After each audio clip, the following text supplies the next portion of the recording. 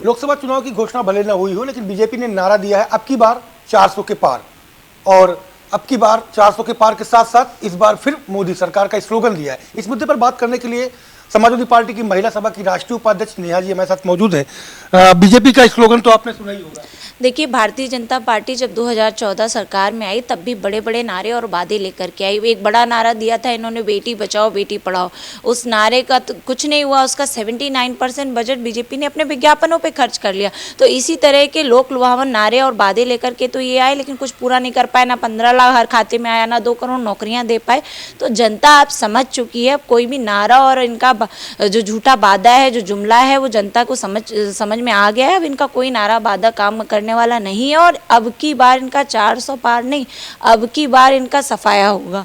उत्तर प्रदेश की 80 की 80 लोकसभा सीटों पे समाजवादी पार्टी मजबूत है। समाजवादी पार्टी जीत हासिल करेगी और हमारी संगठनात्मक रूप से बहुत मजबूत तैयारी है। हम 80 की 80 लोकसभा सीटों पे भारतीय जनता पार्टी को यूपी से सफाया करने का काम करेंगे। कुछ प्रमुख सीटों पर नाम भी तय किए जा रहे हैं आपकी पार्टी के उम्मीदवारों।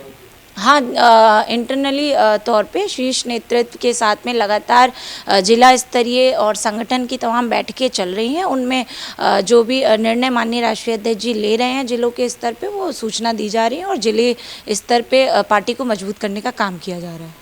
क्राइम के मामले में बात करते हैं। सीएम योगी आदित्यनाथ कहते हैं कि अगर कोई छेड़खानी करेगा तो अगले चौराहे पर यमराज मिलेगा। क्राइम रेट को किस तरीके से देख रही है? देखिए, सीएम योगी तो ये कहते रह गए और उत्तर प्रदेश एनसीआरबी के आंकड़ों में नंबर 1 पे आ गया महिला अपराधों में।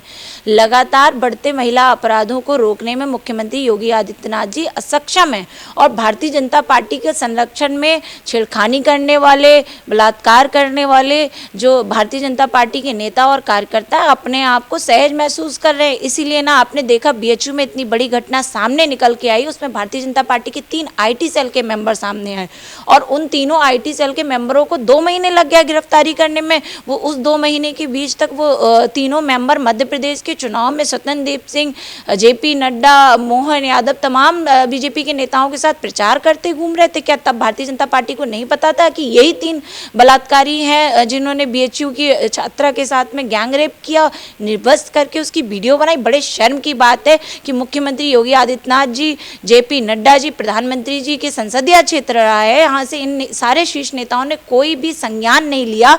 और जिम्मेदारी तो इन सभी वरिष्ठ नेताओं की भाजपा के बनती जिनकी उनके साथ तस्वीरें हैं। तो क्या पुलिस से हम लोगों की ये मांग है कि इसकी भी जांच होनी चाहिए कि जो ये विभिन्न नेताओं के साथ इनकी तस्वीरें, वो भी खास तस्वीरें हैं, उससे ये साबित होता है कि इन सभी नेताओं के करीबी हैं और इन पर भी एफआईआर दर्ज होनी चाहिए। बीएचयू का मामला आपने उठाया, तो बीएचयू को लेकर के कल आपने कोई पत्र भी लिखा है, क्या है पूरा पत्र में मामला? देखिए, हम लोगों ने, हमारी राष्ट्रीय अध्यक्ष आदरणीय जूही सिंह जी ने और हम लोगों ने पत्र के माध्यम से राष्ट्रपति जी को खुला पत्र लिखा है और उसमें मांग करी है कि बीएचयू की जो छात्रा है उसको सुरक्षा दी जाए। जो क्या वहाँ की जो ग्रीवियंस रिड्रेसल सेल्स हैं उनकी क्या हालत है उस पर बताया जाए और जो जिम्मेदार पुलिस के अधिकारी रहे उन पर कार्रवाई हो। जो जिम्मेदार भारतीय जनता पार्टी के नेता उनके करीबी हैं उनको भी, उन पर भी मुकदमा दर्ज हो और उनकी भी जाँच होनी चाहिए, उनकी भी संदिग्धता की जांच होनी चाहिए। और गिरफ्तारी में देरी क्यों हुई?